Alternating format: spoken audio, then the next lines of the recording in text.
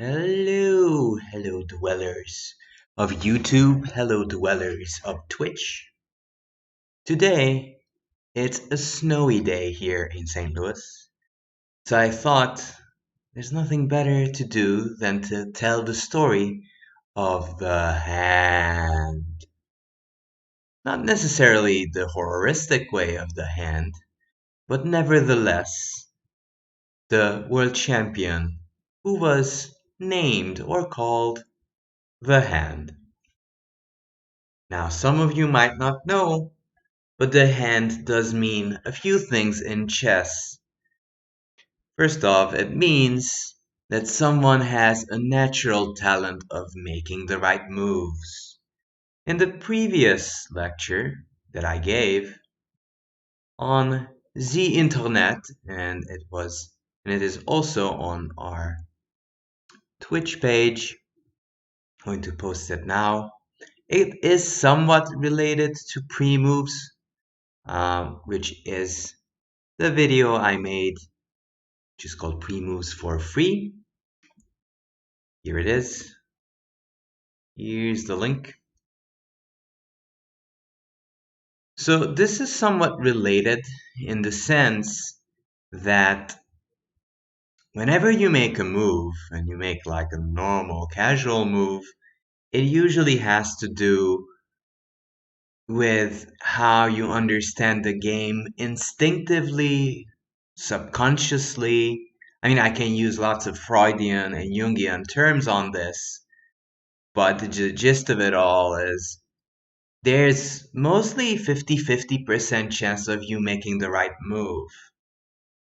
On the other hand, actually, that's not quite clear yet, because according to modern science, whenever you make a decision, uh, you do make some statistical models for yourself and you base your decisions on that.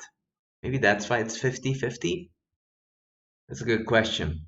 But I do think that most of the time, whatever knowledge you had previously is the one that you're going to be able to use when you're playing quick chess or when you only play by hand. So whenever we say play by hand, we preface that is that you play by intuition and whatever comes to your mind the first moment is the one that you will stick with. So we have a famous world champion who was often called the Hand. And here's a little quip what Kramnik said about him. Here it is. He is truth in chess. He plays correctly, truthfully, and has a natural style. He doesn't have the mystique or the aura of Tal or Capablanca. Because he's not an actor in chess, his play is neither artistic nor fascinating. But I am fond of his style. I would recommend to study this 7th World Champions games. And he is none other than the world champion who had qualified at age 62 to play a match with Kasparov, into the candidates, that is, where he beat Zoltan Ribli, beat Hubner, and then qualified to play with Kasparov, where Kasparov beat him, but eventually Kasparov became the world champion. So if you think about it, he did manage to walk his way, get his way up to the top at age 62, which is very commendable. Not many could do that. In fact, there are some legendary players like that from that period of time, like Viktor Korchnoi, who was in the top 100 at age 100. Hello there, Past Pawn. Hello there, ITDSQ. You guys are not late at all. I'm just starting this snowy day and telling the stories of the hand. The hand that we call Mr. Vasily Smyslov. So scoot around, just get comfortable, because we're going to have a nice little lesson on this one. Hello, Ben Celesco. How are you doing? So, not many people talk about the world champion, the seventh world champion, even though, if you think about it, that's a lucky number. So it's not really surprising that he's doing really good. I mean, he was really talented. As I mentioned before, and I read just a few seconds ago, Kramnik was really fond of his games and his way of playing. So again, when we mean the hand, that means that his style was very nice and easily flowing, very harmonious. And I thought that I'm going to show you some of his games and some tactics. So this stream will be mostly focusing on Vasily Smyslov and his games. First off, I do want you guys to try and take a look. What do you think? Can you imitate his style? Let's get into this. Okay? I already made a study for this one. My studies, the hand.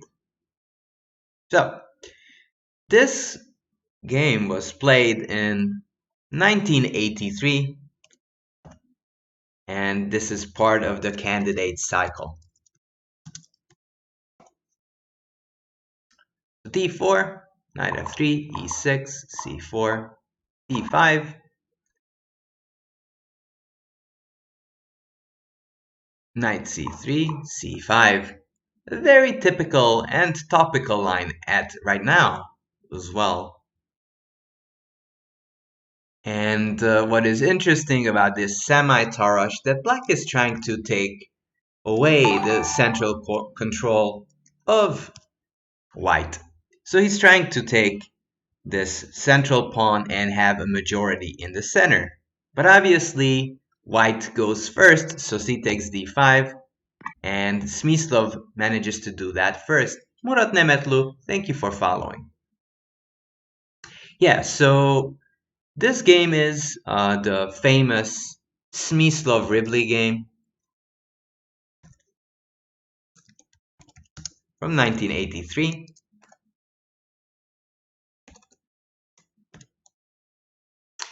And I want to show this game because it's very interesting how Smyslov plays, and it's more natural than you'd be surprised. This will be a very nice game, and I hope you guys will feel free to understand of what's going on here and suggest your moves.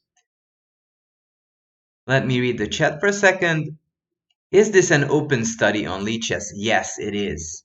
You can find it on the ChessVeep studies, and it's called Creatively the Hand. Talk to the hand, indeed, from Stuart. And this is a Queen's Gambit Tarrasch, indeed, pass pawn. So, c takes d5. The point is, you're trying to get the center as quickly as possible. Knight takes d5, e3.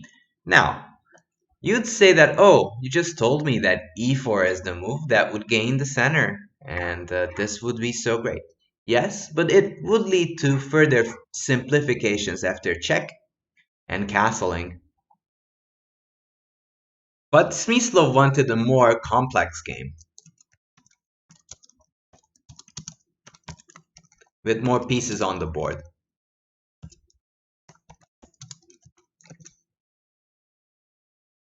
Bishop e4 here, and the line goes on and on with complicated positions, but e3 is even more interesting,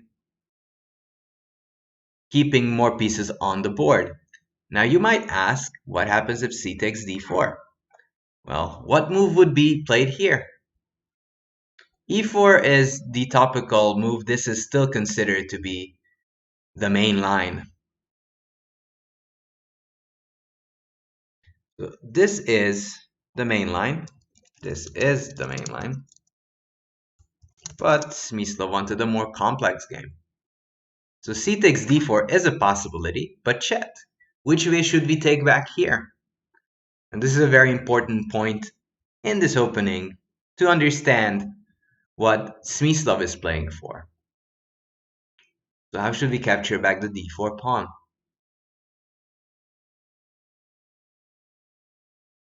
Hello, RT dealer. Yes, that's possible. So we have three options. We can take the queen, the knight, or the pawn. Ben Celesco, why do you say only e takes d4? Why would you say that? Well, this pawn is not just in the way, it's also attacking our horse on c3, so we have to do something about it. We must capture one out of these three ways. Knight takes is not that good because the position gets very symmetrical. And if you want to get an advantage, in general, you want to get an advantage with white. And because of the symmetry, you can see that this is basically symmetrical. The chance of white getting an advantage is very low. It's not that knight takes d4 is bad, but it's not very aggressive. Queen takes d4 also, as Ben Sasko, I think, points out, attacks the queen.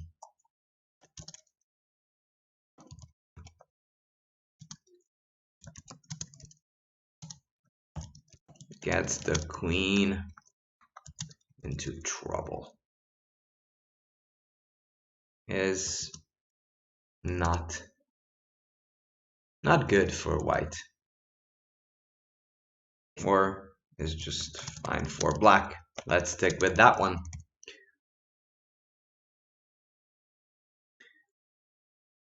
So here, as ITDSQ points out, e takes d4 is a must. And I think I have talked about this before, but it's very important. Here, you must take and accept that you'll have an isolated pawn. And this is the classical IQP position.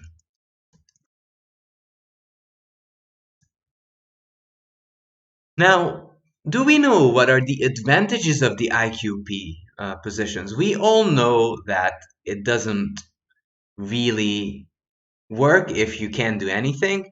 Von Hoffman, we are still working on that one. Apologies for that one, but we're still working on it. So what are the benefits of having an isolated pawn? That is the big question.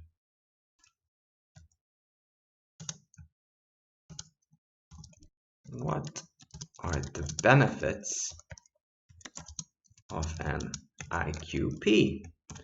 Meaning isolated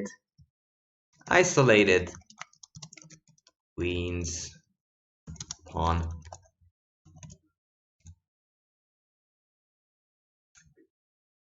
RT dealer is theoretically winning.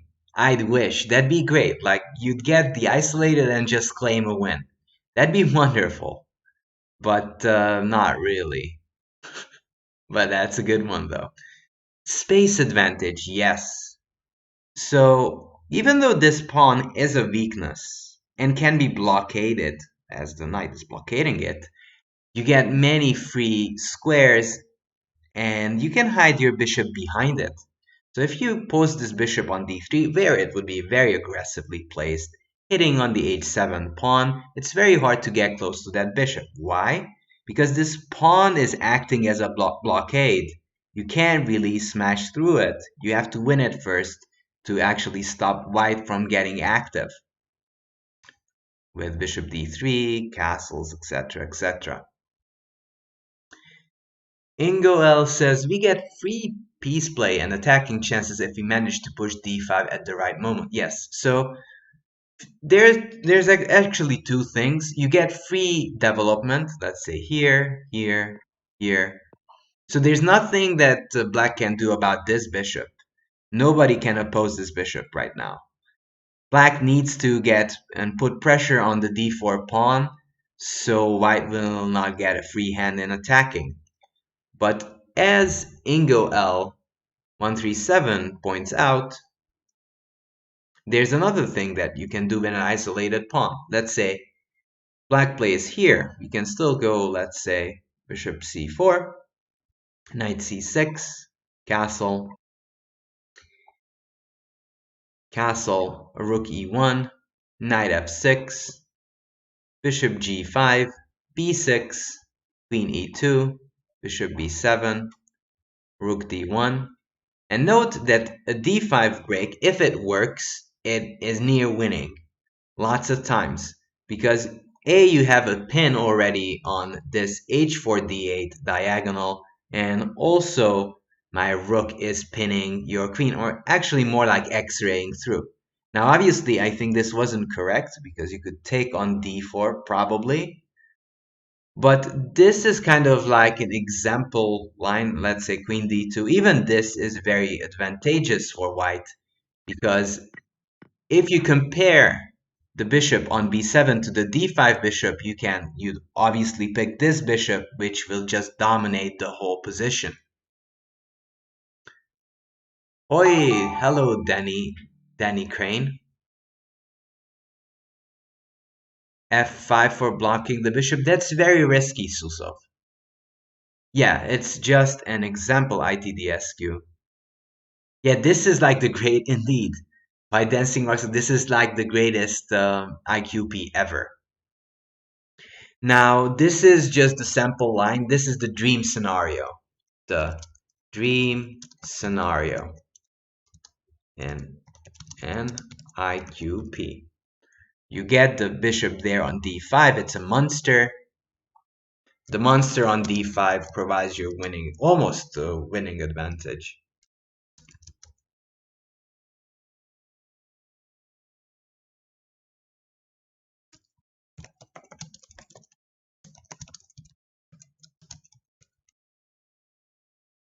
Oh, not that. Yeah, so this is wonderful. This is the dream scenario that you're dreaming of to get. Yeah, it can be winning, but things have to work out properly. So we're looking at the hand. Can anybody recall who's the hand? I'm curious if anyone remembers what I was talking about, because we're looking at Mr. The Hand's game. So RTD, I said IQP is winning. Well, sometimes it does win. Is this from a recent tournament? This is from 1983, so not that recent. So you have an IQP question.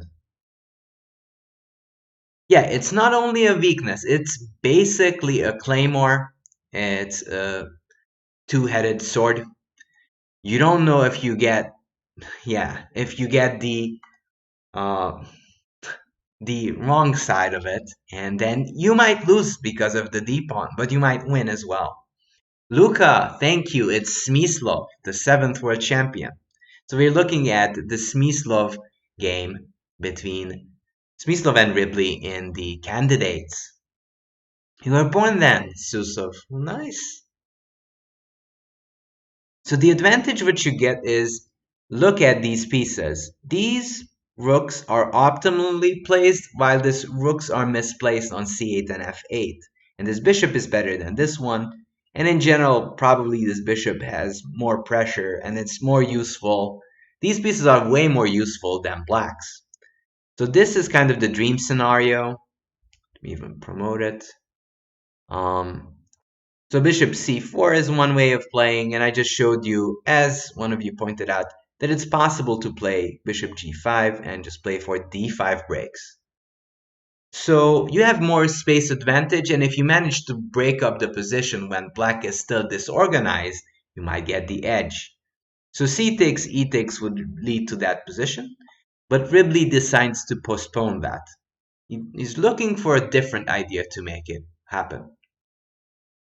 Danny Crane says, every time I see a GM get an IQP, they say it's no big deal. From Danya, Feingold, Hikaru, Hansen, Hamilton. So they don't seem to care. You mean they don't like it, or they don't mind having it? So legendary players have played the IQP positions. Botvinnik, one of them. Now it's Smyslov. So you can actually understand that this is great. They don't mind, yeah.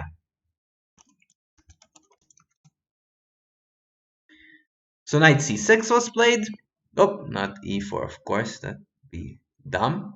Bishop d3, bishop e7. And now this is typical grandmaster play. Black waits for white to make a decision. White says, I'm not rushing anything.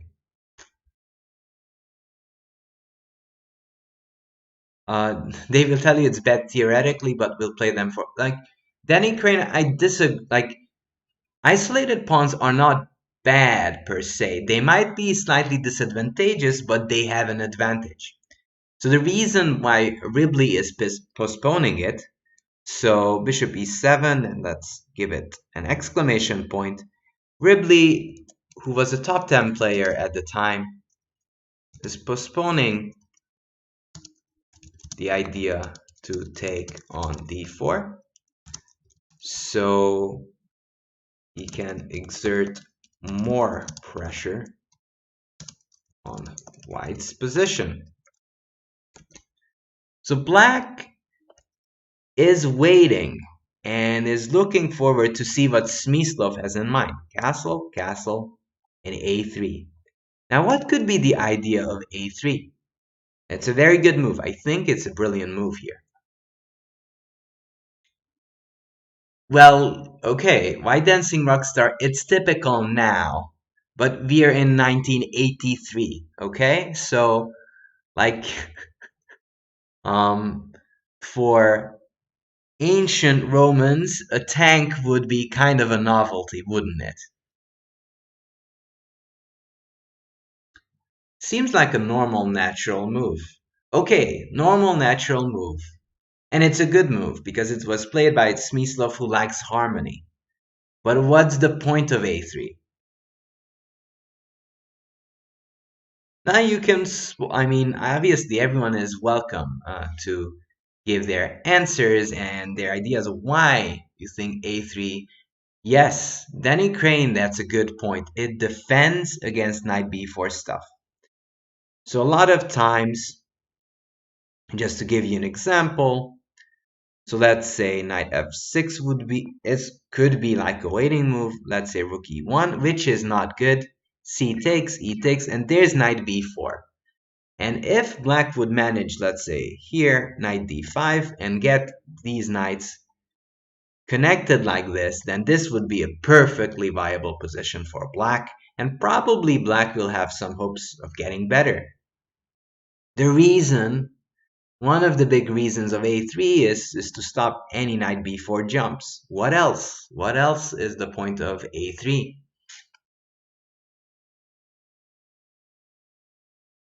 Indeed, it is typical, but okay, as I tell you, this was a novel way of playing at that time. So no, we're not trying to play on the queen side. Bishop b4, well, yeah, but black already committed to playing bishop e7. It would be more of a problem if it jumps immediately to b4. It's not likely to go there, actually. Hey there, Pawn Master. So what is the idea of a3? Let's recap this game. So first off, this is the game between Smyslov and Ribley in the famous candidates tournament, which will be pivotal as Smyslov is going to qualify to play a match against Kasparov. Now, as I told you guys, Ribley decides to play bishop e7, waiting for white to decide and show his hands. Aha! But white plays a3. So what is the point of a3? I wonder.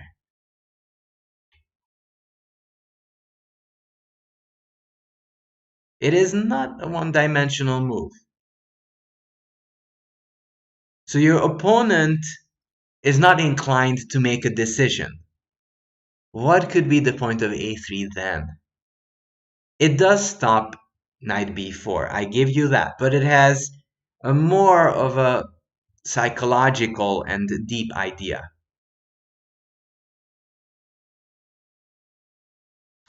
Danny Crane, yes, it's kind of like that, but relative impact is onto something, yes.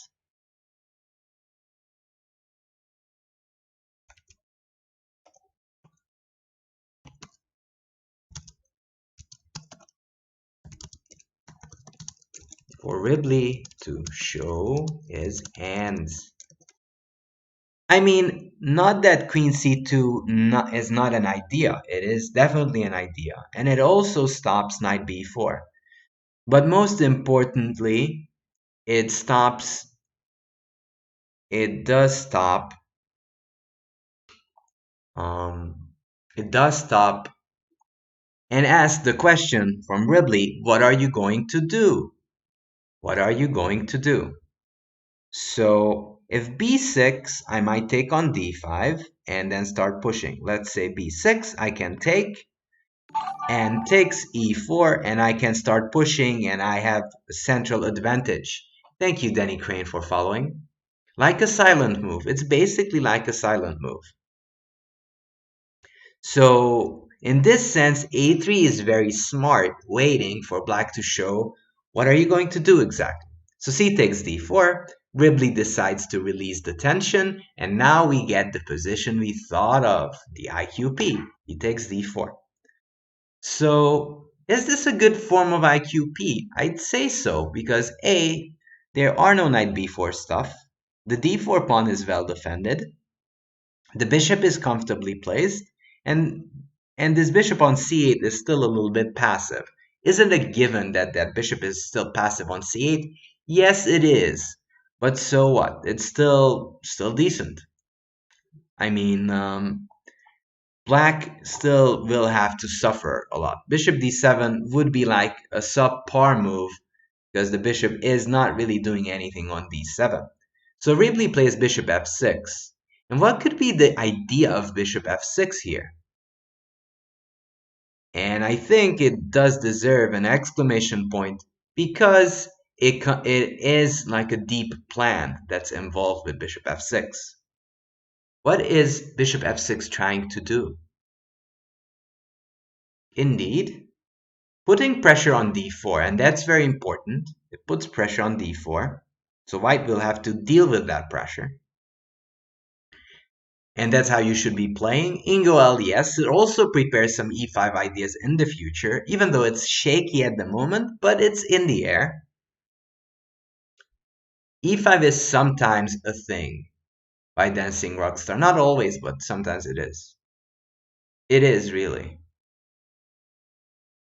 So let's say,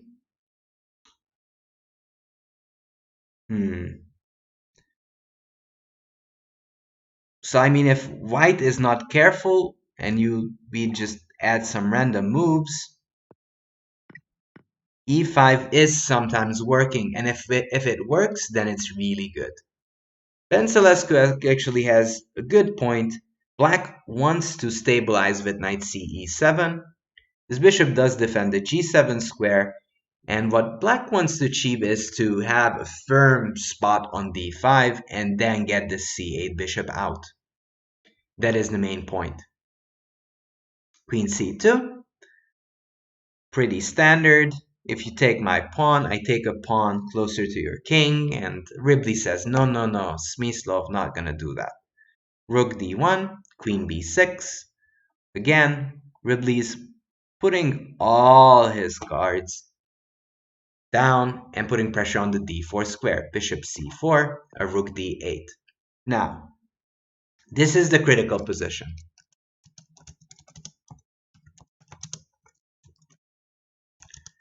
What plans should we look for here? White to move and play.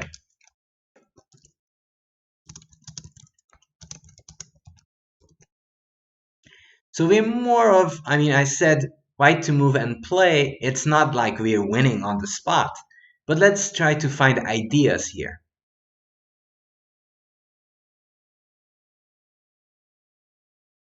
Indeed, so black has some trouble with this bishop. It's white to move and play. Before there is a misunderstanding, it is white to move. So Duque Mano, the d4 pawn is still very weak, so we have to be careful. Also, it would open up this bishop, and that's not a good idea. Okay, so we have a suggestion of bishop e3, very interesting. Bishop d5, bishop e3. What else? And also, if we make one of the moves, let's say bishop e3, just for example, what would be our plan in the future? So, Ducevano, we're trying to defend this pawn because there's lots of people attacking it, and we need to get enough defenders around it. And if we're outnumbered, they just take us, so that's no good. Double the rooks on the d file. Okay, so if you double on the rooks on the d file, what did you achieve then? This is the big question in chess. If you have a plan, what is the goal of your plan? Obviously, it's good to have ideas. I'm happy to see ideas, but you need to come up with plans with direct goals. Danny Crane, yes, like that kind of goal is what we should have. Checkmate is a good goal. So, but bishop e3 would give away the bishop, and probably that's the reason that Smyslov didn't play this, and then the bishop would hide, and because of the bishop there, black would have a decent position. So here, instead of bishop e3, Smyslov played something else. So if it's not bishop e3, and we still want to checkmate, first off, how could we checkmate black? Where's the possible entry square that would be just wonderful to get? It's white to move, white to move. We have ideas of bishop a2, knight e4, bishop e3, bishop d5.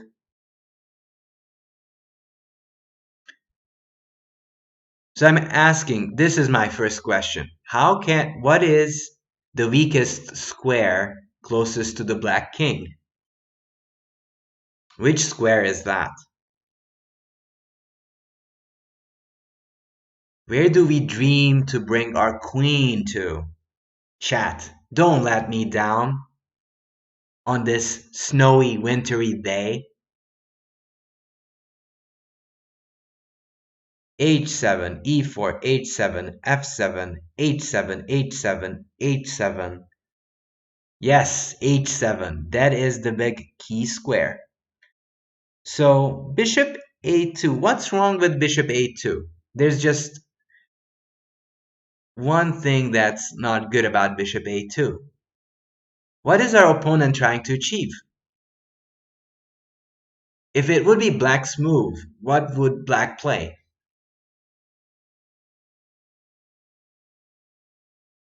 Yeah, ITDSQ. One, it's slow, but what else? Yes, Bensalescu has a good point. If you go there, you didn't defend against black's threat of taking the pawn.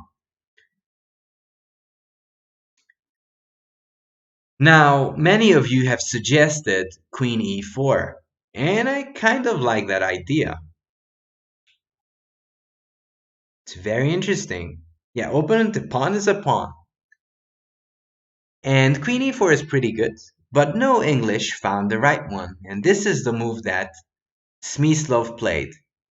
Now, I would give it an interesting mark because this looks a little bit dodgy, doesn't it? This knight doesn't look particularly appealing on e2, but it does one business right. It defends the d4 pawn. We have three defenders, three attackers, and when you have three attackers and three defenders, that's what we call being defended. So knight e2. So Smyslov played knight e2. What could be his future plans though? And let me answer the question because some of you have suggested that knight b5 would be a move. Well, yes, you would defend it the same way. But I can kick you all anytime with a6, chase the knight away, and then I have another surge of attack on d4, and that time I'm going to win the pawn. That's why knight e2 is better. So we just played knight e2. What could be the three-move plan of Mr. Smyslov? One thing is to get the knight over and get closer to the king, but what else? This is defended. We talked about a potential entry square. I wasn't just asking to have fun. I wanted to have fun, but I did want to ask you that about that square for a specific reason. What was that? What could be that specific reason?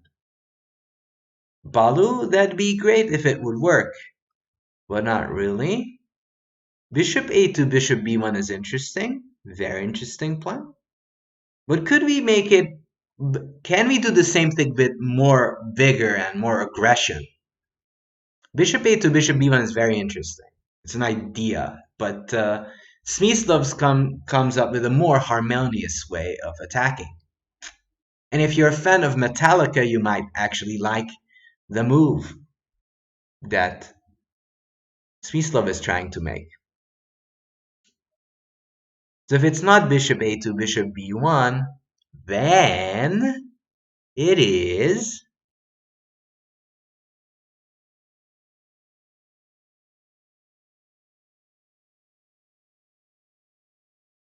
chat. Are you asleep? Wakey, wakey. Wake up. I know it's snowing, but I'm sure you know the answer. You already know which square I'm talking about. We were talking about the h7 square. No? How is knight f4 related to the h7 square? Wanderaloo, thank you for following. Extreme Dota G4, that'd be interesting, but that's a bit too bright. Ah, it's not snowing? It's snowing here, that's what I'm saying. In America, it's snowing right now. Indeed. Your chiropractor said knight f4, but RT dealer and avalanche. It's 5 inches in Detroit. Wow. But avalanche points out queen e4, bishop d3, and we're heading there to that square.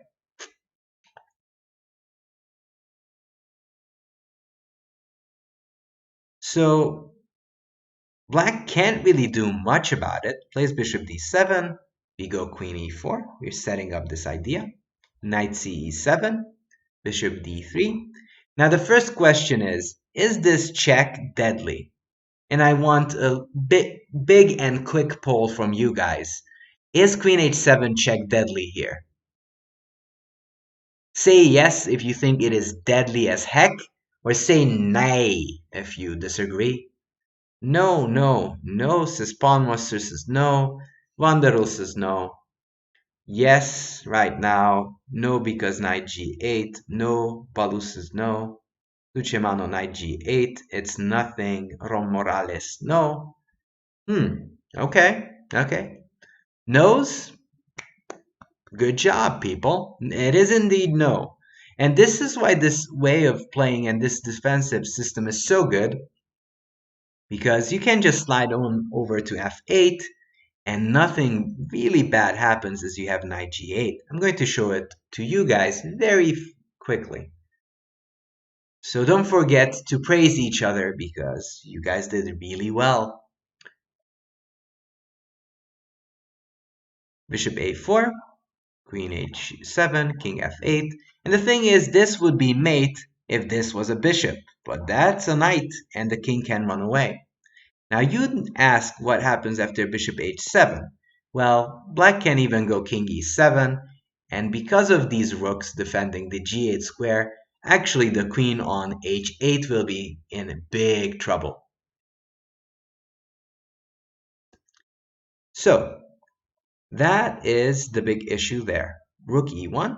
So Smyslov, the position is very complicated. Why? Because this king is a little bit uncomfortable, but black built a very nice blockade in the center. So I'd still be hard-pressed to tell who's better here. It's very complicated. But let's see what's happening in this game.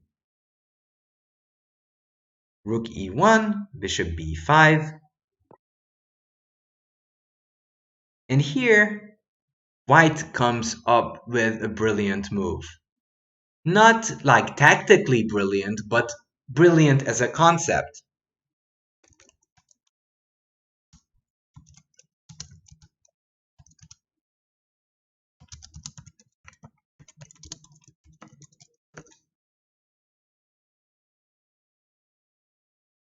So first off, queen h8 we decided is nothing. Queen h8, then the knight blockades, king can move to e7, it's not a checkmate, so black is just chilling. That's not a big deal. Jimster, you didn't even guess. Do you still get praise? Yay, Jimster, yay! I mean, whole chat got the praise. You guys all deserved the love.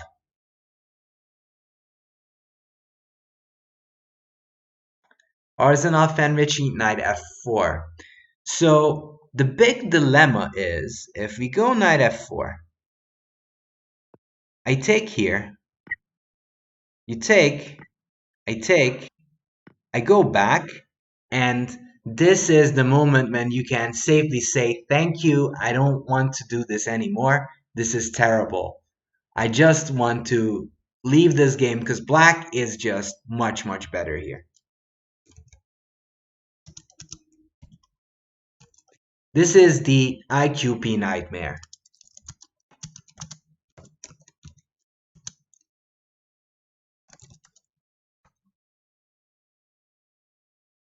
Why is this the IQP nightmare? Can anybody help me with that? Because this is very important to understand why this is horrible, horrible for white. Yeah, I'm going to take a look at that in a second, Arsenal fan Richie. Thank you, Killer Krebs, for following. Just want to understand this one. Well, for one thing, as Jimster points out, the b2 pawn is weak. What else is a big issue for white? Is there an attack still going on? The d4 pawn is super weak. What about this square? Who owns the d5 square? Who owns the d5 square? Thank you, the sauce, for following. Yeah, as I know English points out,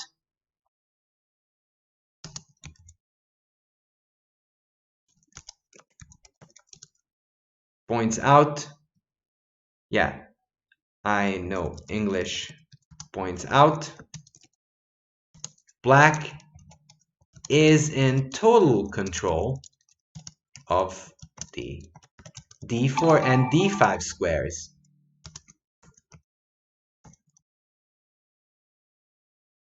Thank you for following, Black Mamba. So this is the moment when you would realize that you're never going to win this game with white. You either checkmate, but is white going to checkmate here? Your chiropractor, thank you for following. So will white checkmate in this position? Chat, wakey wakey.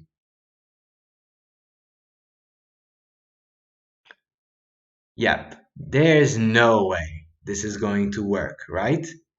Because black owns this square, I have immense pressure. And you don't have enough pieces to checkmate me. You just don't have pieces to checkmate me with. So here, let's go back. Check, rook e1, and this was the main line. Rook e1, this was just a sideline, bishop b5. So knight f4 wasn't played. Also, even if you take, Arsenal takes, f takes e6, and there's just not enough pieces for you to checkmate black. So knight f4 doesn't work. So what did Mr. Smyslov, the 7th world champion, play here?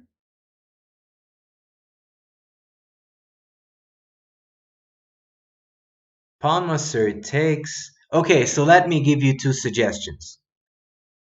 Bishop takes b5 or g4. Which one would you pick? I'm curious. Oh, you've seen this. Okay, Spinal Tepso. Don't spoil it. It's pretty good, I think. Hello there. g4. Okay.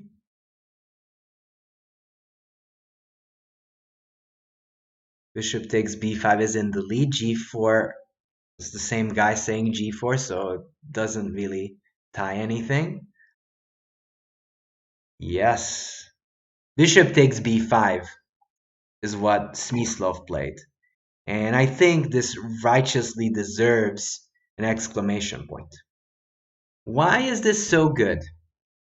Why is this so good? Well, the reason is kind of simple. Now the queen gets to harass the king still, and even though we exchange this active bishop, we still have a queen harassing. Oh, what is that? No, no queen g6. So this queen is still very annoying, and it's very hard to deal with here. What's wrong with bishop e4? Ben Celesco, it's not that something's wrong with bishop e4. And obviously g4 is nonsense. Like g4 I take, I can go back. So g4 is just bad. I was just kidding with you guys. Bishop e4, what's your idea with bishop e4? That's the big question. Now, if you can reason why bishop e4 is good, then okay, I can say that that's fine. But give me a reason why you want to play bishop e4. Also, meanwhile, Ben Celesco is trying to understand and tell me why bishop e4 he thinks is better. Let's try to understand why. So we understood actually already that the queen is on h7. So we exchanged it off. But how can we continue the attack here?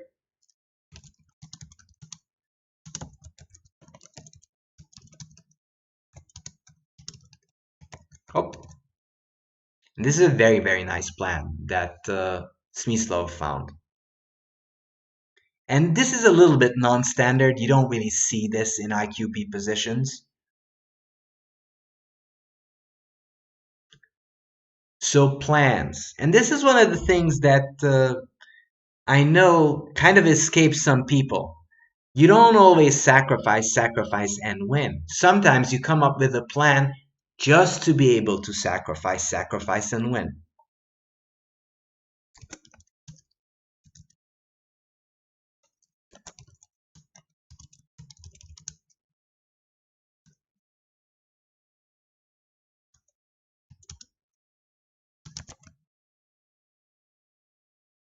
Knight g3. Agu says knight g3. Huh? Bishop h6 opens up the position, but okay. That's not a plan, that's a sacrifice. Yes, it's begging, but yeah, knight g3 still theory, yes. Yes, knight g3 is very good. Knight g3 with the idea of going knight h5. And this is one of the things, and I'm going back just to show you how brilliant Smyslov played. He played knight e2 move 14, and he didn't have just one plan. He had two plans. One, he defended the d4 pawn. Two, he went for the battery on with queen e4, bishop d3. And guess what? His idea of moving the knight from c3 to e2 to g3 and now to h5, this is flawless chess. This is flawless chess, where all of your moves are connected to the previous move. What we would call, in other words, logic. Not tactics, logic. Harmony in the moves, which is very much different to what you see in these puzzle stuff. So knight g3, Smyslov is heading towards h5, and then he is going to take on h6. So he goes knight g6, Ridley goes knight g6, just trying to fold and defend everything. And now, again, we have to find a very, very, very good positional move. And I understand, yeah, it's getting very inviting to sacrifice. But don't forget, you want to win the game. Don't throw it away. Okay, knight h5 is definitely a reasonable idea.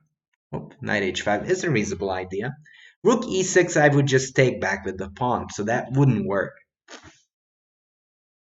Now, what do knights love the best? Which squares do knights love the best? And Ducemano already has the answer.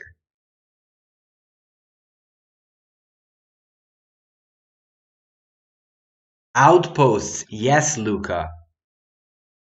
Outposts, yes, yes. So knight e5 is the monster move. Knight e5 is the move played and is the monster move. Always find an outpost for your knights.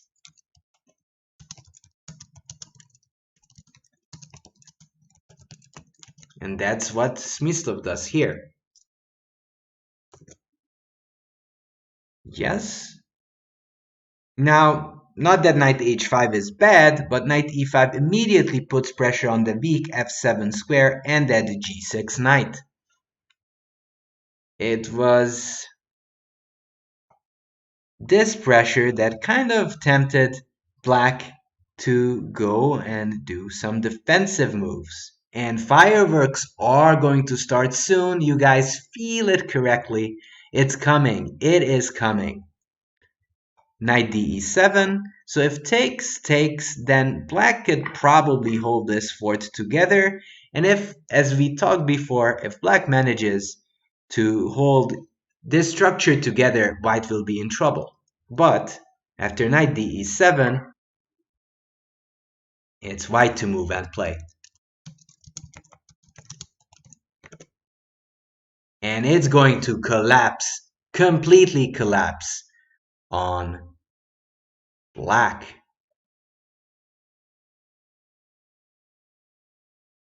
So when I said white to move and play, we reached the moment to go rawr on our opponent. We can go crazy on the dude. We should definitely go crazy. Okay. So I appreciate the one movers, but can you show me, okay, you give up a piece, but what do I get if I take that piece?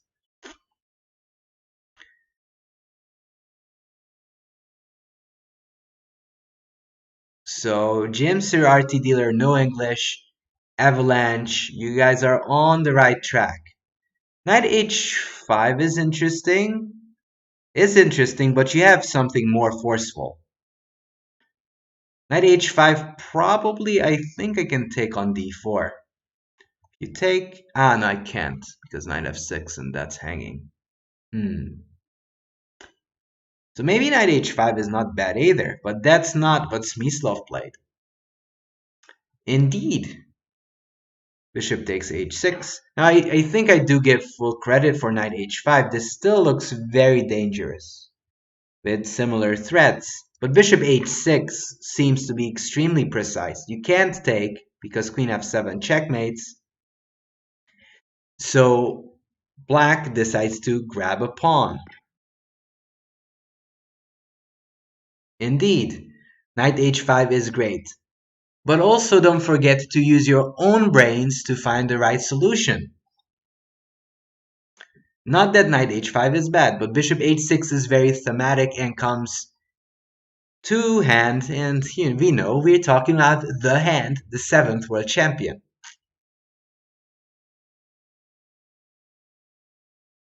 Yes, just all brains. Queen takes b2 was played. Oh no, not queen takes b2. Sorry. That's what I've watched too many Geary games. Sorry. Knight takes e5 played. Delete. Knight takes e5 played. And here, there's another fantastic move that Smyslov finds. Smyslov to move and play.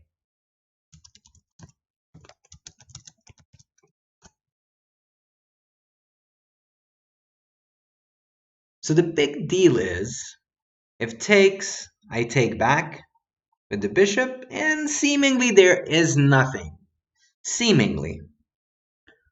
So here, Smyslov plays a move that you stop breathing for a second after you see this one. You just go for at least, 20 seconds. At least 20 seconds.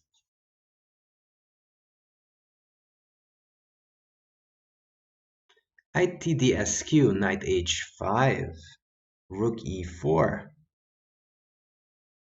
So where can we find the weak spot in black's camp? Where is the weak square in black's camp? If we could capture that pawn, we would win the game. Probably we would win the game. Indeed. The weak square is g7. That should kind of give away. ITDSQ already has the idea. The right idea. Now, you did say...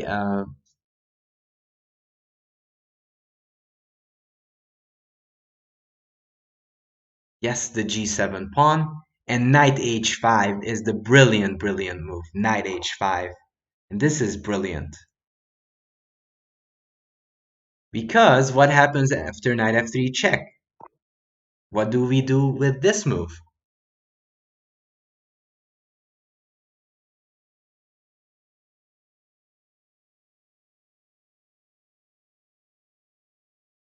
King h1. Okay, that's also possible. But do we have to do that? Can we possibly capture? King f1 is illegal, Beelzebub. Because, the queen is protecting that square.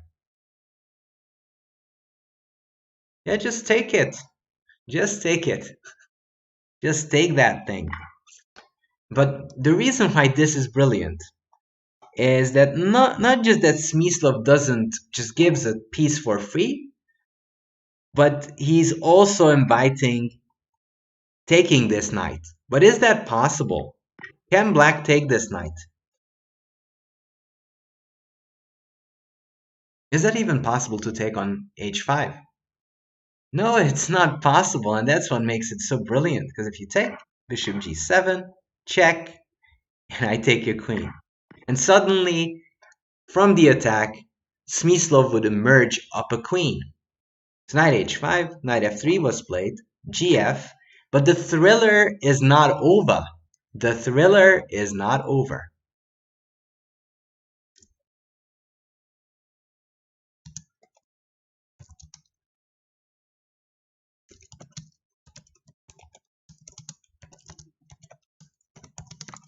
It's not over yet, because black plays knight f5. A very interesting defensive move.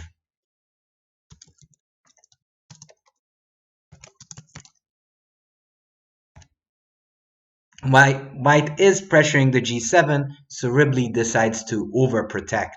This is what was played in the game.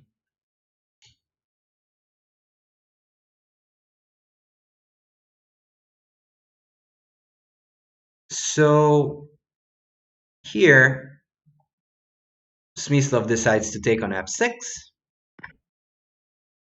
Can't really do that because your king gets very, very weak. So Ribley took with knight takes h6. And now we have to come up with a very nice way of winning the position. Seemingly, Ribley consolidated.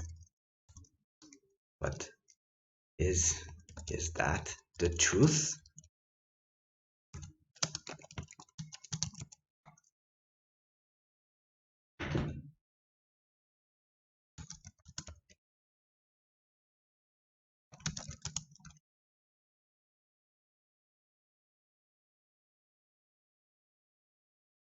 Yes. So why do we want to play d5? What's the big idea, DK guy? Rook e5, I'm not sure does much. If queen h8, I can go here, and it's never too late to mess up, because suddenly your king would be in danger. You can take it, but I take again, and then you're pinned for good. Takes. So queen h8 is not good. d5 indeed, opening the e-file.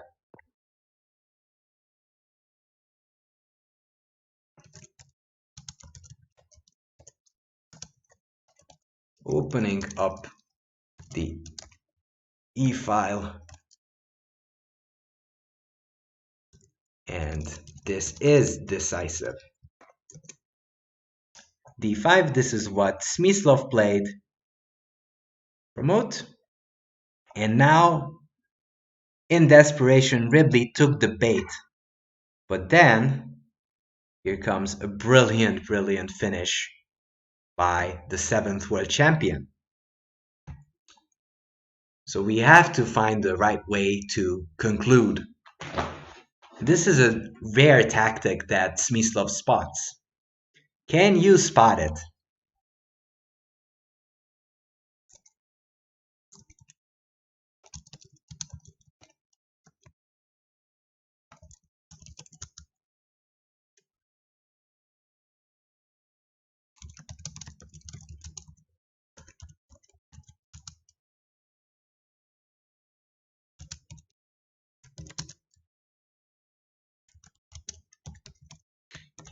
Can you find Smyslov's brilliant final tactic?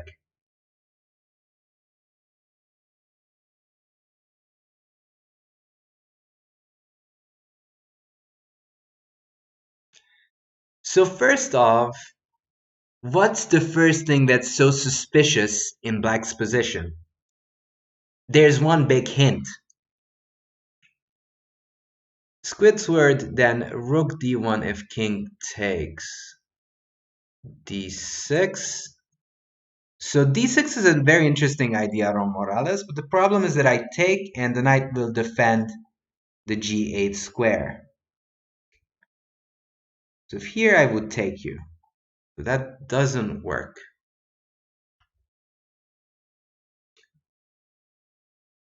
If you check me, Squidward, sword, king e7, d7, and I take the knight with the king. And that's not quite enough. So whenever we're looking at tactics, first let's decide where the weakness is. Which of black's pieces are undefended? And that helps you a lot of times when you're looking for a tactical idea.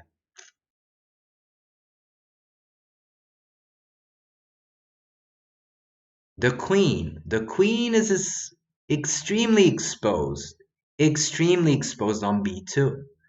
So if we know that it's the queen that is undefended, we just need to find the right way to do that. Queen h8, okay. I move my king out, obviously. That's my only move. Rook takes, okay. I just take with the pawn. I take the rook.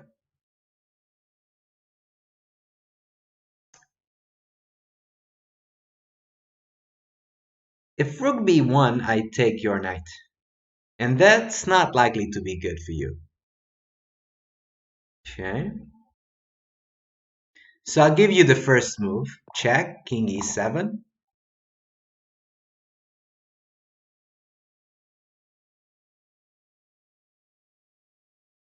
T darky check. Fe, what?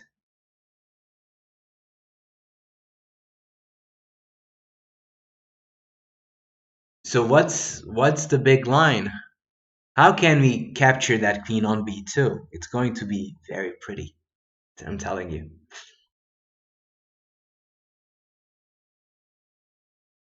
Okay, but so rook takes e6 is a suggestion. Who thinks the answer is going to be rook takes e6? Say yes if you believe rook takes e6 is the answer. So Beelzebub says, DK guy says, I saw you that you were working on that. Thorndal, Darky, not you, ITDSQ. Squidsword, Luca, Oshark, yes, Mithers, no. Zerg, you say queen g7, okay. Avalanche, Agus says no. Rook e6 and queen g7, lol. With check. Arsenal fan Richie, Yeah, rook takes e6. So if queen takes g7, I think I can take here. Takes, and then we would start celebrating rook g8 and we're losing. But rook takes e6 is a winner. F takes, here, knight f7, and this is the big question. Of course, after king d6, check, and we win the queen and win the game, but the big question is knight f7, as this was also played in the game. Yeah, discovered check there. Yes, indeed, discovered check.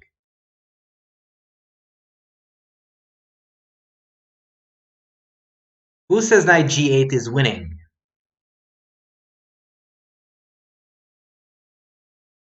Yep, knight g8 isn't too good because I take and you're pinned. You're pinned like crazy. You don't want that.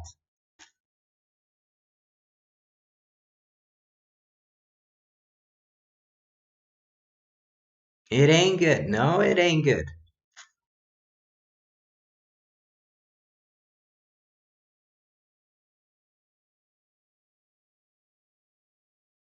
D6? What's the idea of D6? Can anybody tell me? I see the move, but I want to know the concept behind D6. Yes, clearing for D5. Yeah, so the rook can't take back. Yeah, Rubinage, repositioning the king to check. Yes. Clearance. Indeed. And D6 is the right move. And this is the clincher.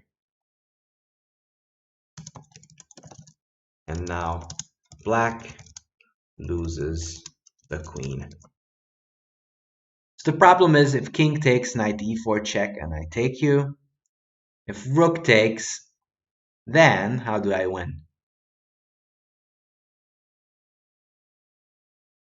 Rook takes d6, where's the win?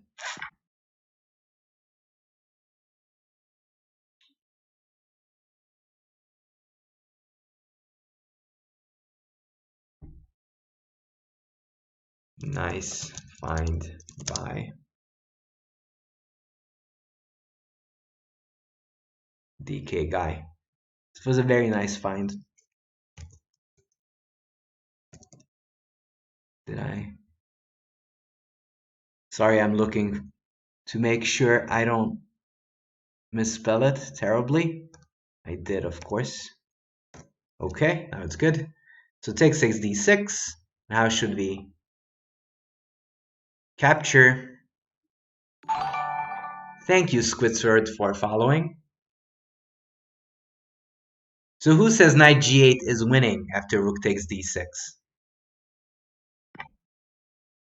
This or this one? All right, knight d5, or knight g8. Go. Knight d5 says once upon a gambit.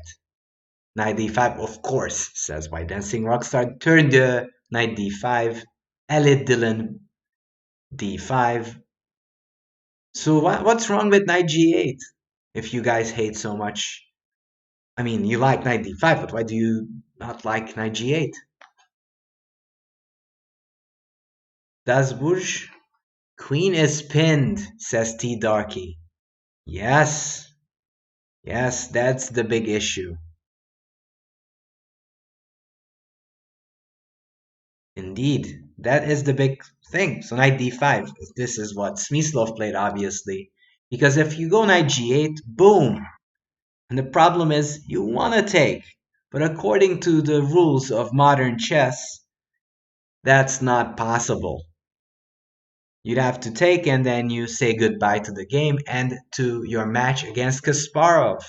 Because he did win knight d5, and the rest was technique, as we so used to say.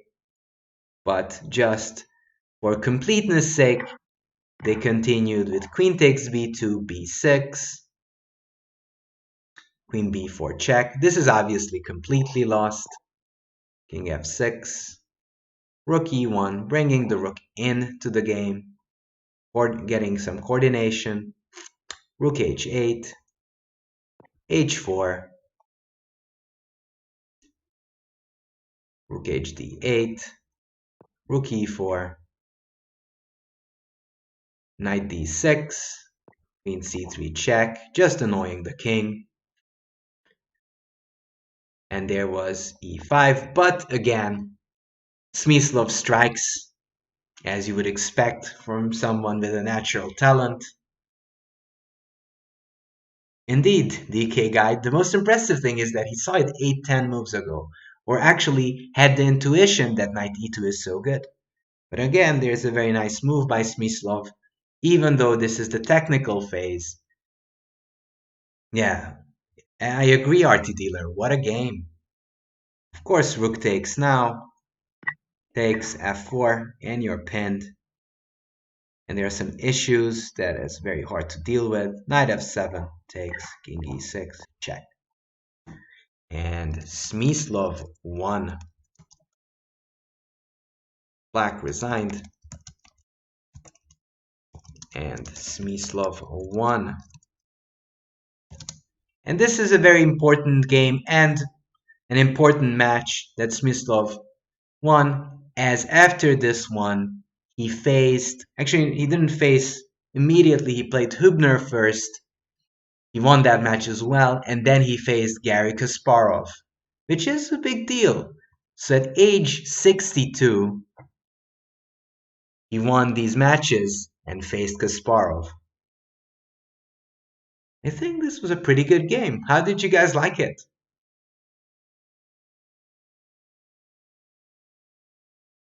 Impressive play. Impressive play by Smyslov.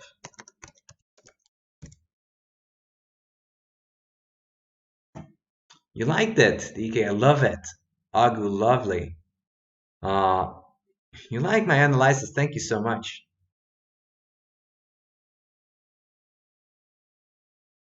So obviously, Kasparov won the match because he later on became the world champion. We are not trying. We hope not to insult people for making wrong suggestions, and if anyone did, don't do that. That's not right. Um, the thing is, we learn from bad moves. We sometimes make bad moves. I make bad moves sometimes.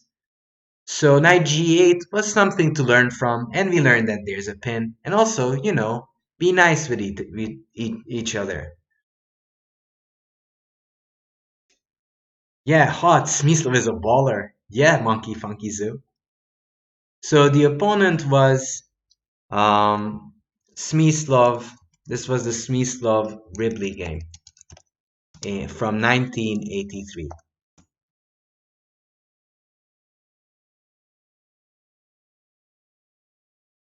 And in fact, you guys were saying that, oh, DK guy is saying, I seen Ben Larsen writing and thinking highly of Smyslov. Apparently, he was a good opera singer with Hubner playing the piano.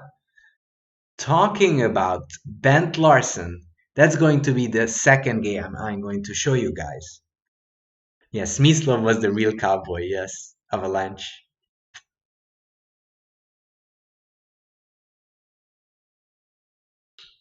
There's many, many instructive Kasparov games, Wolfsing, especially his per game against Topalov.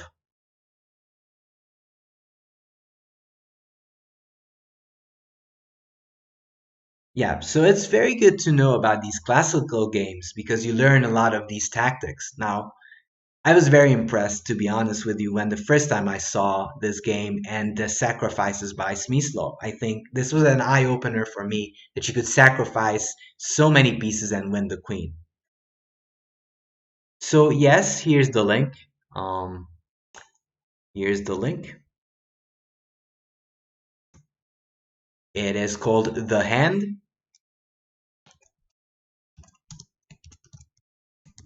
because Smyslov was often nicknamed The Hand for his harmonious play.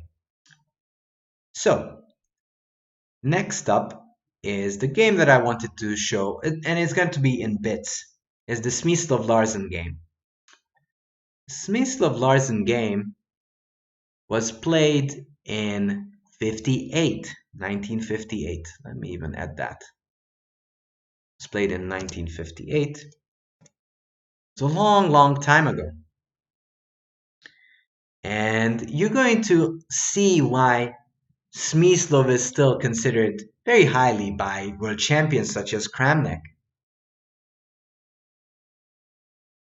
Ah, DK guy, you got a lot of education from his chess magazine from the 80s. What's the name of that magazine? I'm curious. Yes, ITDSQ, exactly. So this game shows how we all should be planning.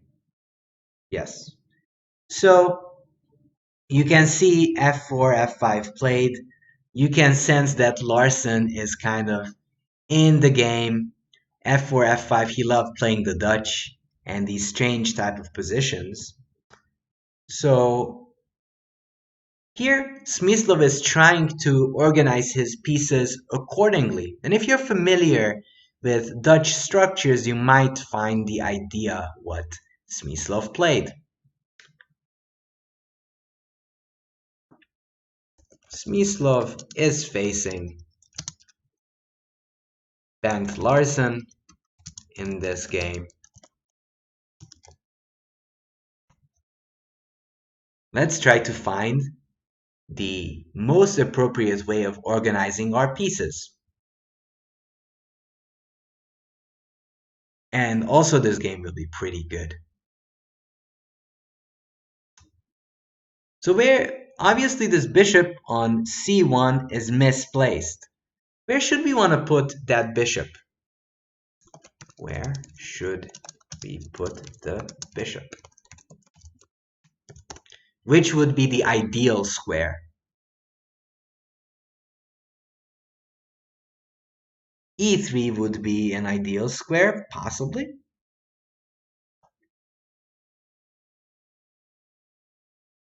Yes, e3. But the big issue is that Smyslov faced is that knight g4 is in the air. So how can he deal with the idea of knight g4?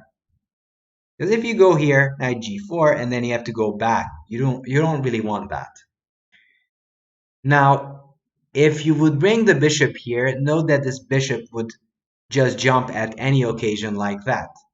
If white would play something not really good like b3, I can even sacrifice my knight because this bishop will just start eating all those pieces like Pac-Man on c3 and a1. So that's something you don't want to do. So h3 is a viable idea. It's not bad at all. But what if you don't want to create any weaknesses? You don't want to create a weakness on g3. How can you create some space for that bishop? That's true. But I did want to point out that you don't really want to open this diagonal when your opponent has that active bishop there. If you go bishop h3, you might run into some tactical ideas. That's something you don't want to do.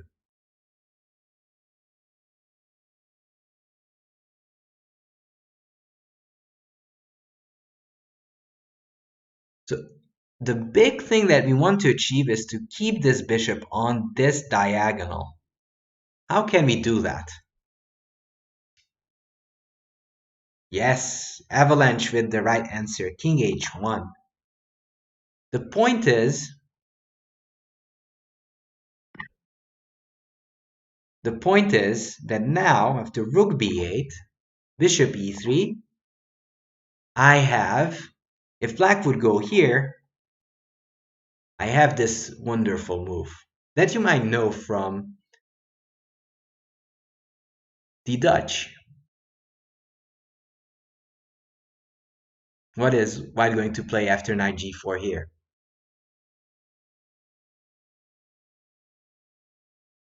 No, bishop h3 would get you into trouble.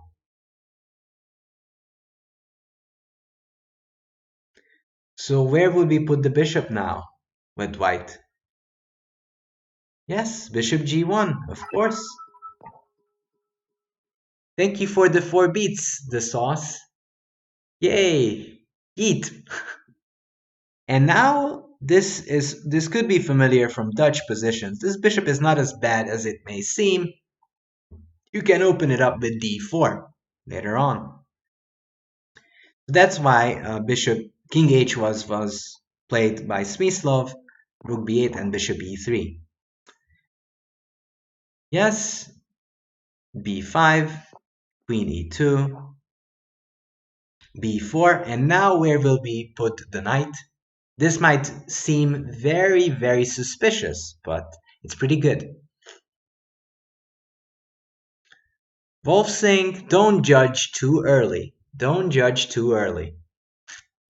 There might be an attack later.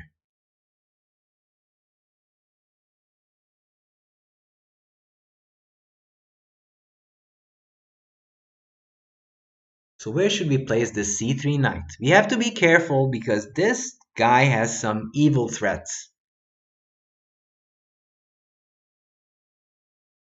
Actually I messed up a little bit. Sorry. So this is not what happened. Bishop e3, b5, promote this line. Instead, bishop g1 was played.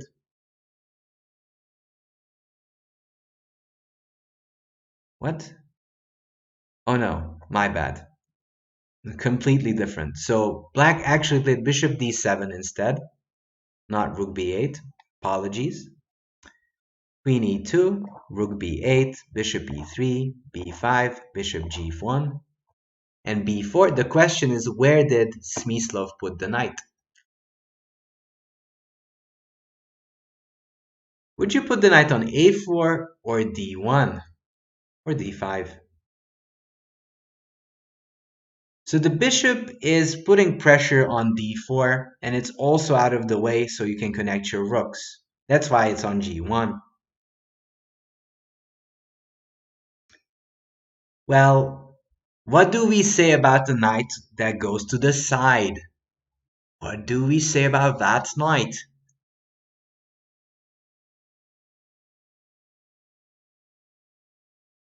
That it's awful. That it's awful. We don't want it on the rim. So knight d1 is played because it's going to go for a different direction. If you would go a4, it would be desperately out of outplaced. And also there could be some knight d4 tricks in the future that you wouldn't want at all. Ein Springen am Rande sind immer. Yes, DK guy, I agree. So the knight on the rim is dim. That's kind of the reason why it's not that good. Now knight d1 was played. Alright, so let's move on to critical position number 2. They did some maneuvering going on. And here, we have to come up with a plan. First off, which piece of white is pretty bad at the moment that we would like to activate?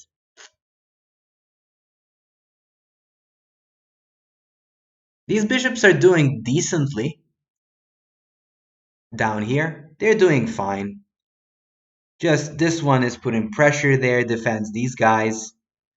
This bishop will have some future when d4 breaks would ever happen. If there'd be a d4 break, then it could help. But what is very misplaced in this position?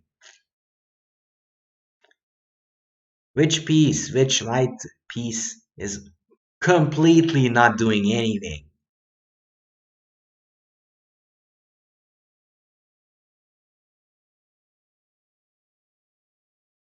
Yes, Avalanche is correct. The knight on d1 is dead. So, no wonder that Smyslov brings it into the game. Queen a5, ef, gf, and there's a critical move right here.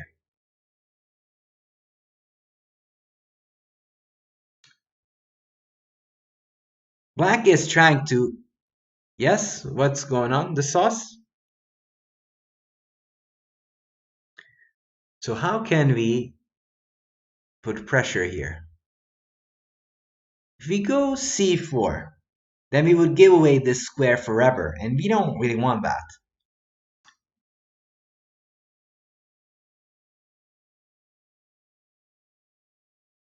Oh, I thought you found a checkmate. Okay, okay. Knight c4, knight d5, okay. I mean, I understand you want to activate your knight, and there's nothing wrong with activating your knight. But if we think about this, there's a clear target for us that we could find.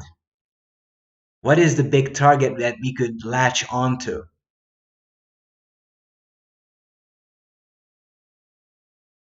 What is the target? Not the move, the target for white.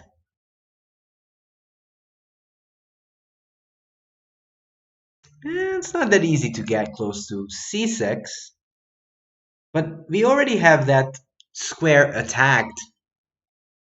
We already attack it once with one of our pieces. Is the f5 pawn.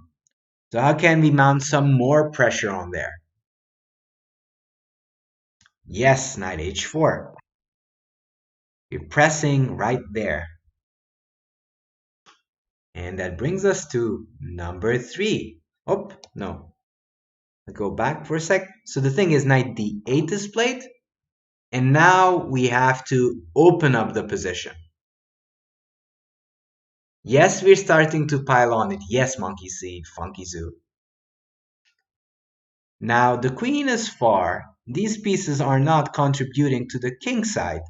So if your opponent's pieces are all the way the other end of the spectrum, how can you break it open? Queen h5 makes sense to put pressure here. But how can we open up the g file for the rooks? g4, of course. Yes, g4 takes f5. And now the reason white played f5 so he can comfortably take the e5 pawn, knight e5, takes, takes, and now we get to this critical position number 3, knight f7, and we will have to find a plan here.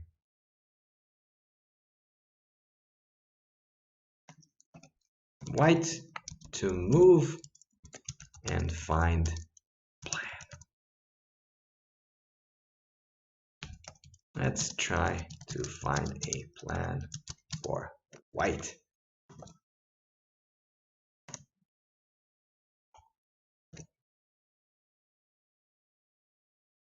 Hello, Gaborovich. It was kind of forced. So yeah, these breakthroughs were kind of forced. But this is the big critical position and we can focus on what's coming next. So bishop d5 looks very strong and I like that move. But what type of plans could we have here with white? What will be our big picture plan?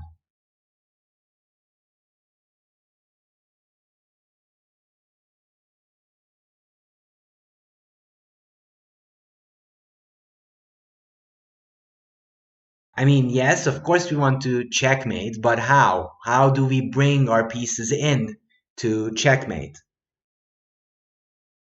So bishop d5 was a monstrous move. Very well suggested, guys. Good job, chat. You want to centralize pieces if possible. Queen a6 was played by Bent, attacking the pawn. But here comes the big maneuver by Smyslov. So knight h6 doesn't work anymore because you're pinned. And note that this queen is totally out of place, not taking part in the defensive. And we should use that to full effect.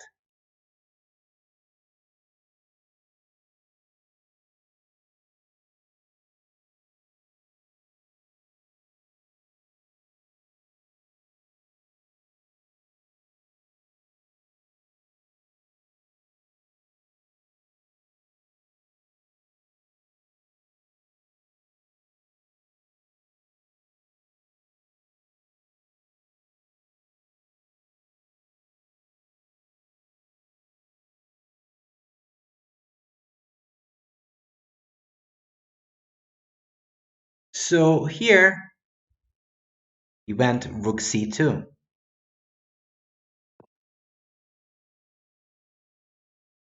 Bringing the rook over.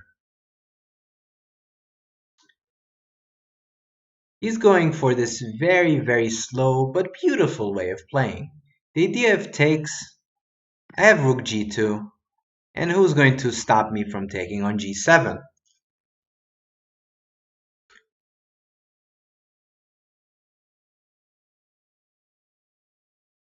You're suggesting bishop d4. We're going to come back to that one. I'm going to check that one out. But so rook c2 was played here with the idea of lifting it over. You can't take because there's mate. So king h8, rook g2, bishop h6. And seemingly everything's okay. Seemingly everything's okay. But again, Smyslov comes up with a very nice way of breaking.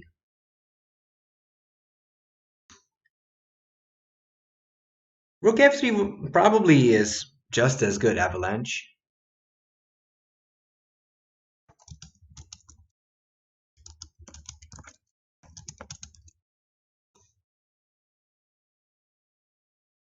Yeah, this is the main line.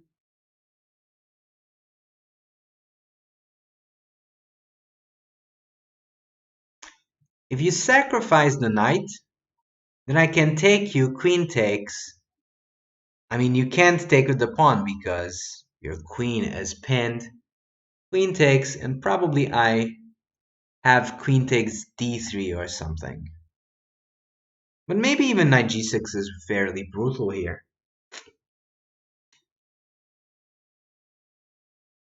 So in fact, T Darky and Prodigal El Piso, you guys are the closest. Smyslov played Queen H3. The idea being he's preparing this knight G6 to be able to take with the rook angle. Rook takes H6, supported by these big heavy pieces. Bishop C6, C4, just stabilizing. Takes, takes.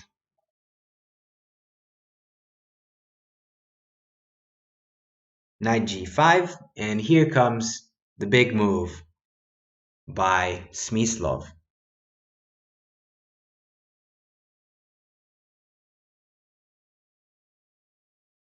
There's a big hole on E6, and Smyslov notices that.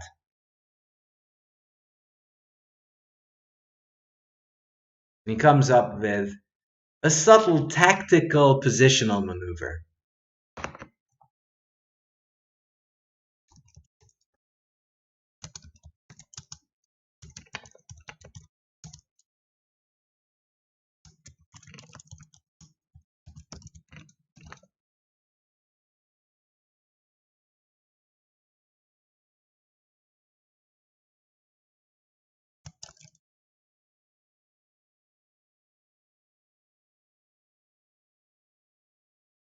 No, Queen E3 doesn't really black can just defend stuff. It's a tactical idea, so it's white to move and play a very good tactical move. Yes, to Cemano, knight G6, check. If you take, then there's Queen H6, so King G7. And maybe this is surprising that he didn't take, but he thought that if you put the knight on E6, that's going to be decisive.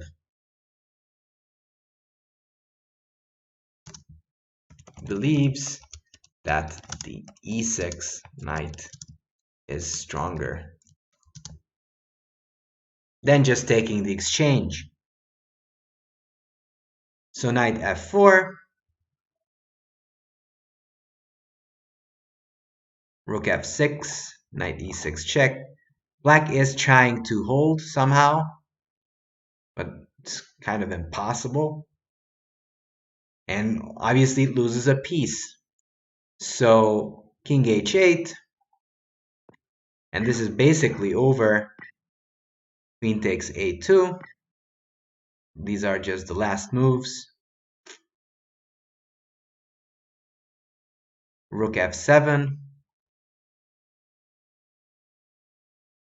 Queen G2, Rook F7, and here he comes up with a brilliant finish. White to move and win.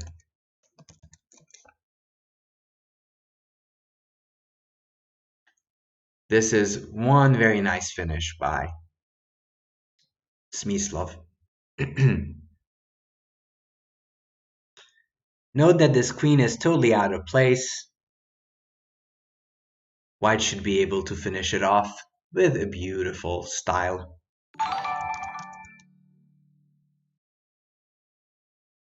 Thank you for following GS Brian. No, he was winning already, DK guy. So he could take on F8. Of course, all of those were winning. He decided to win this way.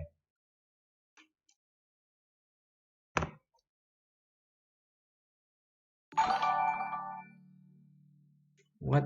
Oh, no. What is this opening explorer? No.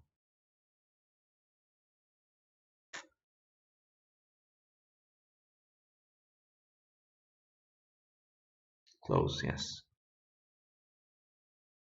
Thank you for following, Newton.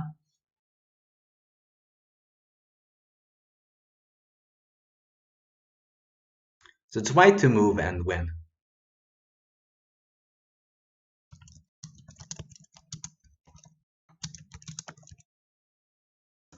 Yes, Smyslov's sense of art took over. Exactly. That's a good way of putting it. He was definitely artistic by nature. And the next sequence shows how stylish he was.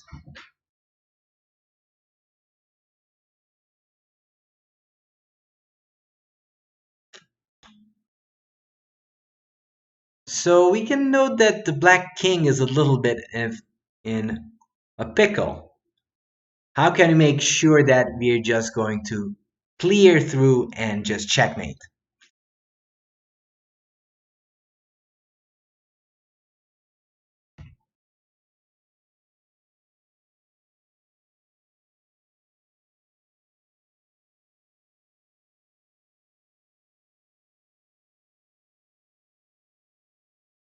Yes, bishop d4 check, as T-Darky points out, takes, and rook g1. And who's gonna sub that mate? But there's actually only one move that we will be trying to find. Let me fix this one.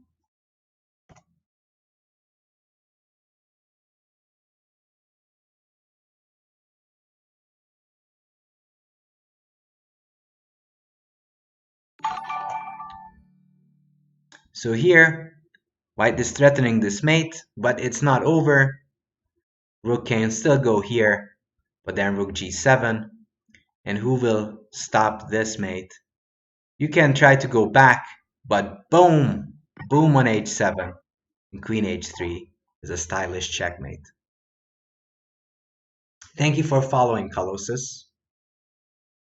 And last but not least, I will want to give you two quick puzzles that is kind of famous from Smyslov. But first, let me check if this idea worked. Bishop d4 worked. I'm not sure. Let me check with the computer. Yes, bishop d4 also works. So this was probably missed by Smyslov.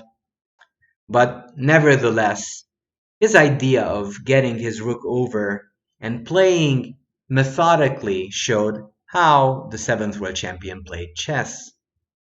Yeah, and mostly the queen was the culprit, and that was the reason that black lost. So, still a very nice maneuver, and a very methodical way of playing. And in fact, he still wasn't in any danger of messing it up. He was always playing circumspectly, and after rook g1, Bent Larsen resigned.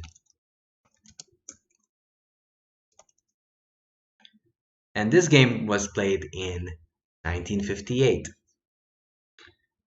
All right, so last but not least, let's take a look at some of his tactical puzzles. This game was played between Smyslov and Spraget. Um, it's black to move and play.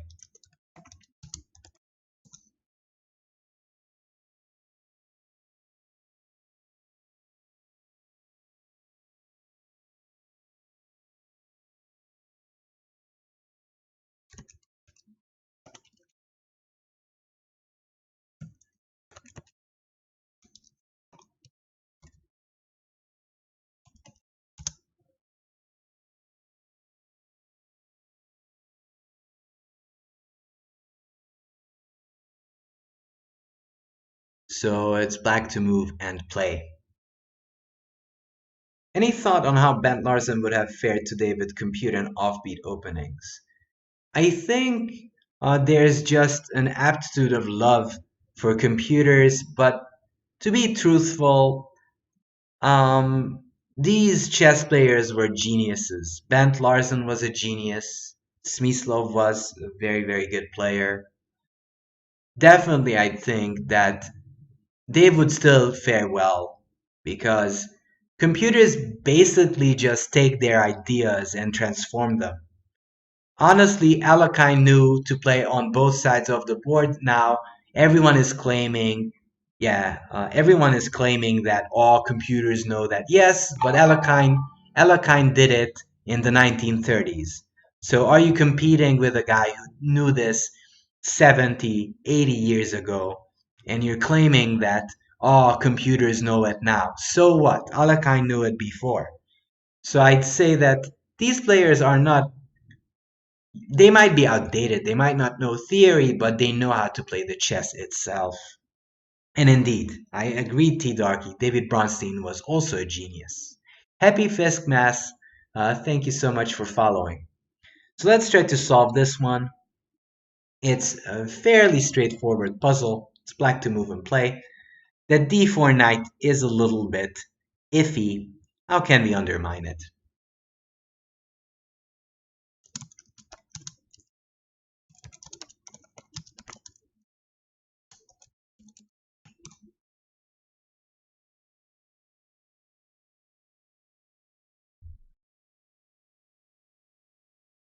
How can we undermine the defenses of that d4 knight, which seemingly is impossible, but Smyslov finds a way.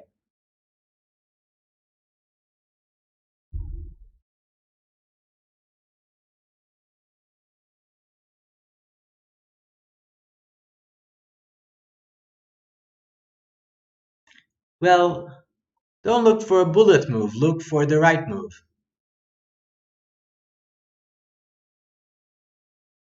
Because chess is about the right moves and not bullet moves.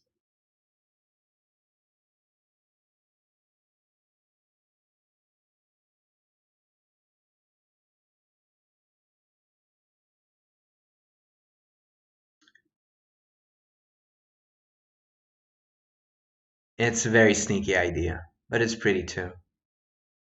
Queen b6, then there's knight a4. Definitely.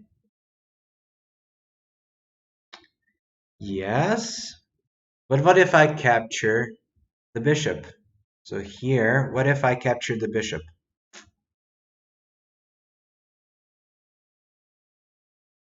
Take on d4, take on d4, knight f3 check. Take, take.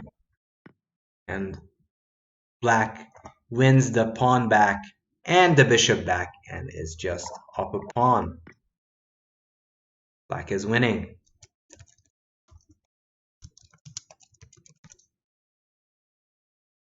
So,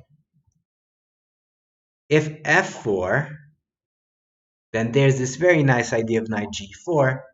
And if you take, then I take the bishop. And again, nothing defends the d4 knight. And white is just losing. This is a very nice combination by Mr. Vasily Smyslov. And last but not least, this game where he's playing Gerasimov. This is from the game Gerasimov Smyslov. Black to move and play. Let's rotate the board as well. So this looks like an innocent position, but in fact, there's going to be thunderous action going on very soon.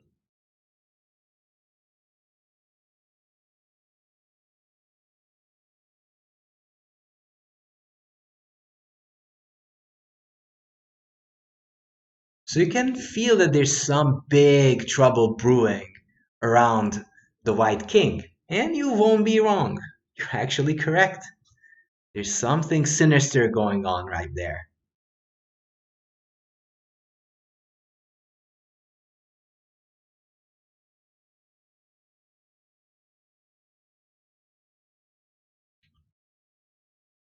Knight h2, knight h2. Knight h2 looks fine. But probably I take on b6. And I attack your queen. If you take on a4, I think I can take. Actually, knight h2, I can go f3 and just close up the position. So it's not knight h2. It wasn't knight h2.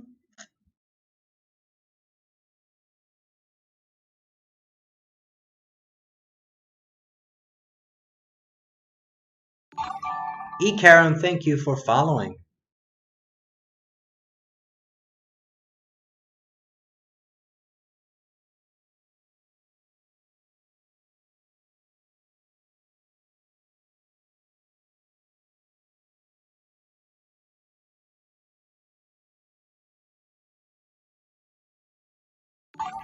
Dread Herring, thank you for following. It's not checkmate, and that's the big deal. If you check here, it's not checkmate because I will take your bishop.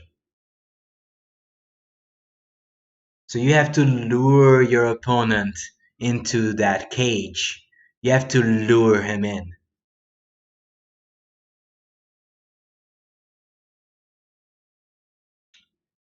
Yes, DK guy. Yes, you have to set up a trap to make it work. And that's just what Smyslov does.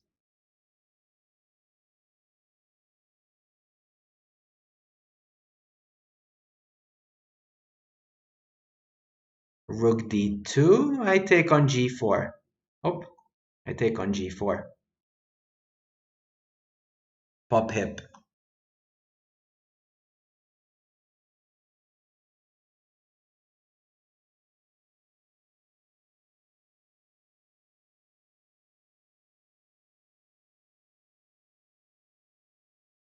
So you're suggesting rook d3 scratch in magician.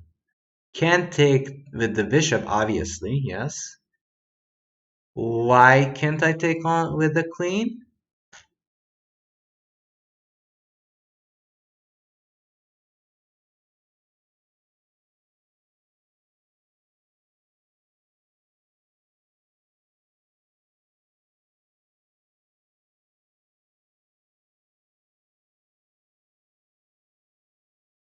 I can't, why not?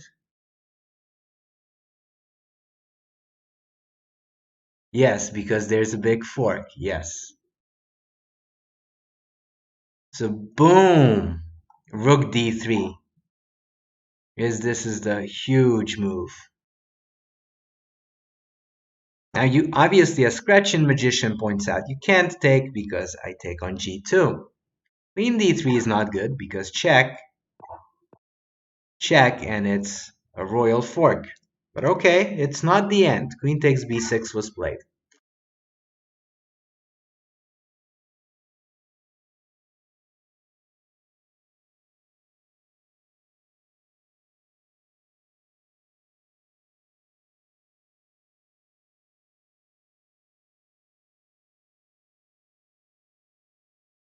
So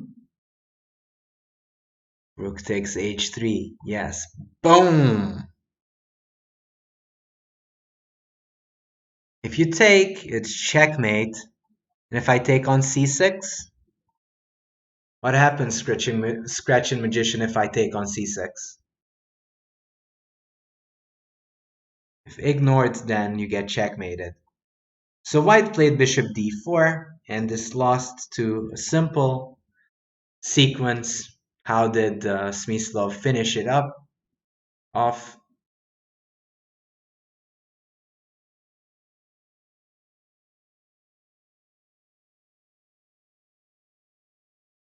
The first move is obvious, as Ducemano points out, bishop h2 check, yeah, but that's not the full answer.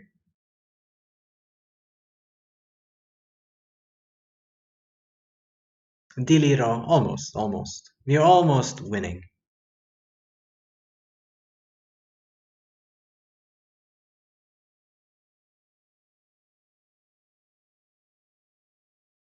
Just have to notice something particular, yes.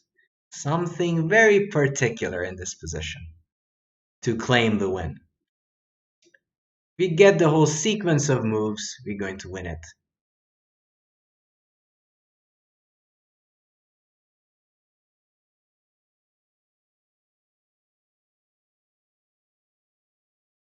It is bishop h2 check. Here, check, back. We're almost there. We're so close. So close. We're almost at the shop. Indeed, bishop h2 check again.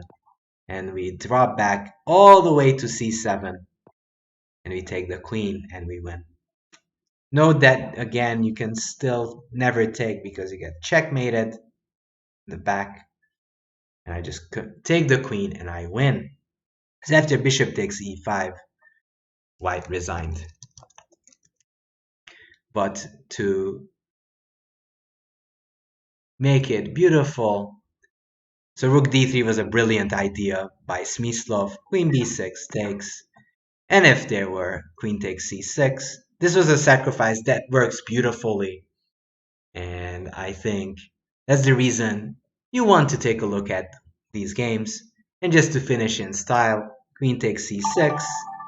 And as Scratching Magician pointed out, checks here, knight takes f2 is checkmate. So remember this wonderful rook d3 idea. Yeah, so rook d3 is the big move. Let's leave this at the board. Rook d3, exclam, as our favorite would say. Very, very strong move. Rook h3, takes, check, and mate. Thank you, Scratching Magician, for following. Basilev for following. Alon Degumul for following. So today this was a lecture, dear YouTubers and Twitch watchers. This was on Mr. 7th World Champion, The Hand. I showed a few games and some puzzles. Probably next time I'll be back, I'll do a puzzle stream or play a tournament, one or the other. But before that, let me just set up a raid. Hope all of you like this. Do follow us if you want to, and if you liked our content. I think this rook d3 was pretty nice, and the first game was epic. If you enjoyed it, make sure to stick around for future streams. You can follow us on Discord or Facebook. You can check that link out as well. Hope you had a fun time. And with that, see you guys next time.